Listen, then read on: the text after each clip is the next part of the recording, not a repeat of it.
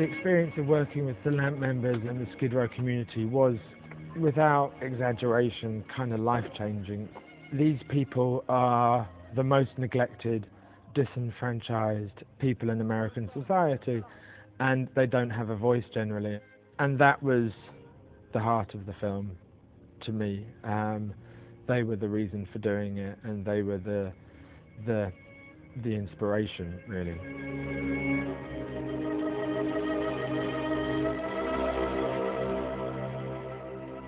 You know, when you look at the situation of homelessness in Los Angeles, it's embarrassing and shameful. We lead the nation in homelessness, and that dubious record has been growing over the last 20 years.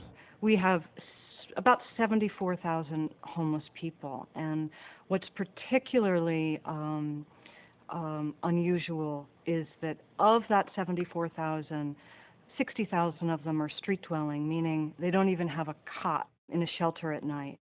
We have more homeless people than Chicago, New York City, San Francisco, Portland, Houston, and Philadelphia combined.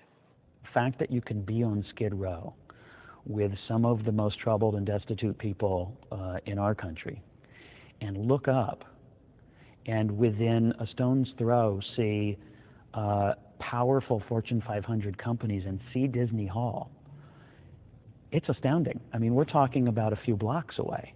That dichotomy, which is so emblematic of a really big problem in the city. There are a lot of things that are great about Los Angeles, but that's a really big problem, that economic disparity.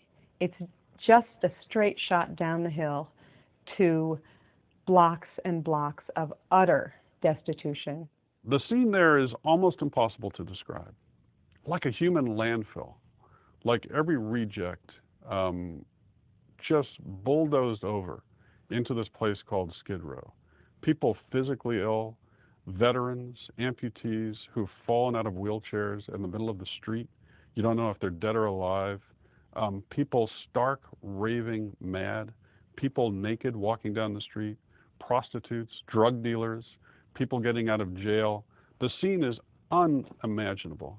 It's understandable that people keep their distance and you cross the street to avoid dealing with somebody.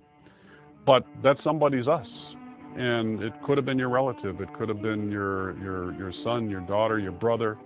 And the fact that we have discarded and abandoned so many people and shoved them off where we can't see or hear them is something that has to be addressed.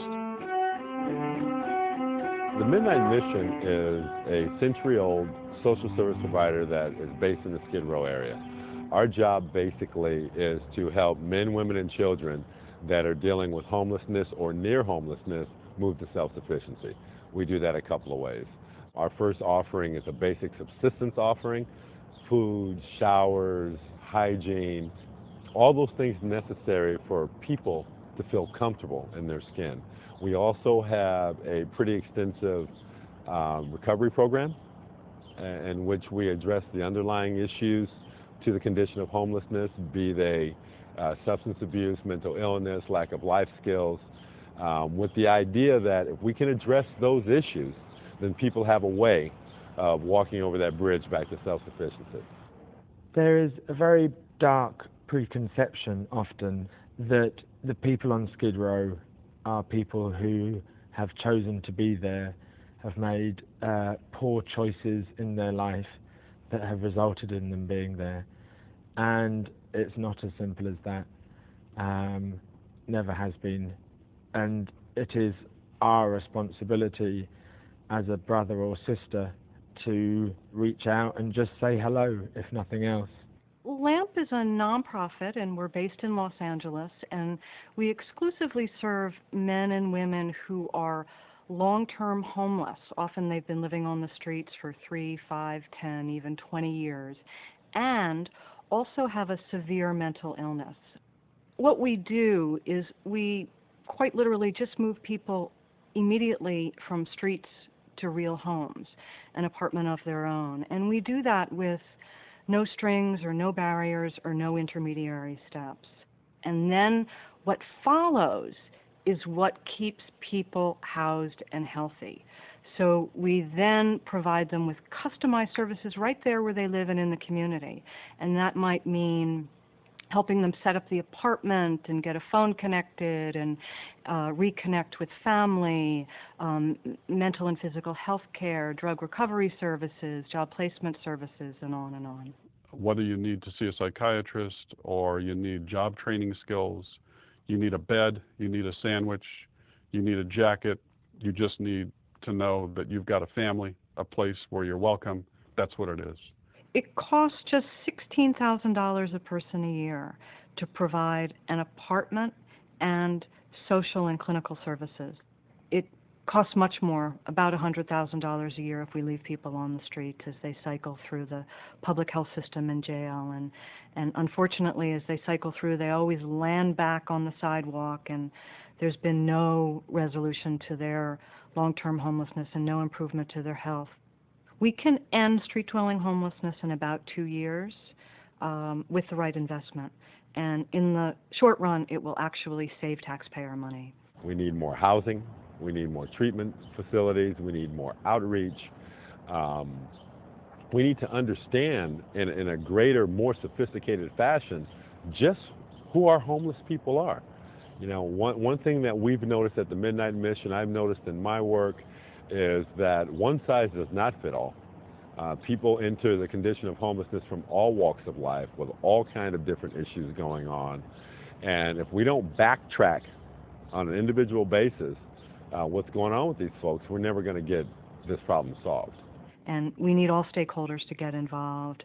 We need business leaders, we need religious leaders, we need families, and we can really transform lives and transform communities. Homelessness isn't just the job of the Midnight Mission or, you know, the politicians.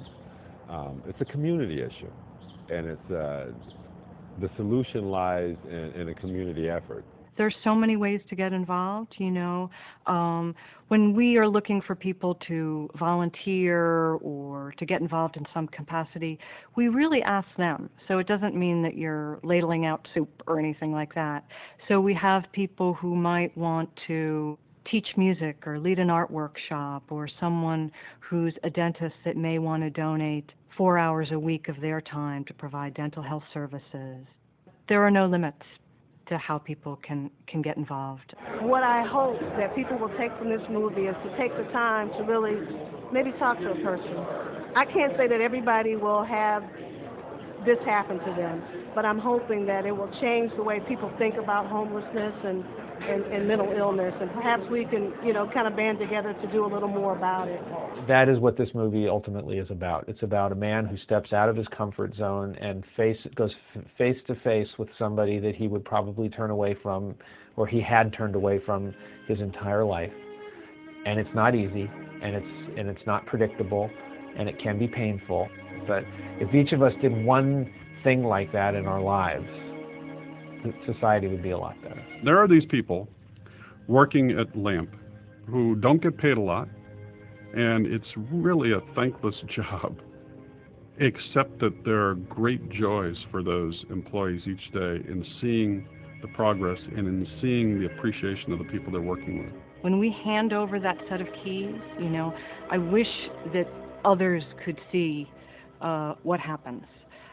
It's close to a miracle, you know, people that haven't had housing in their entire adult life, and they are off the streets, and they have a bathroom and a telephone and a studio apartment, and it really is the first step for them to transforming their lives.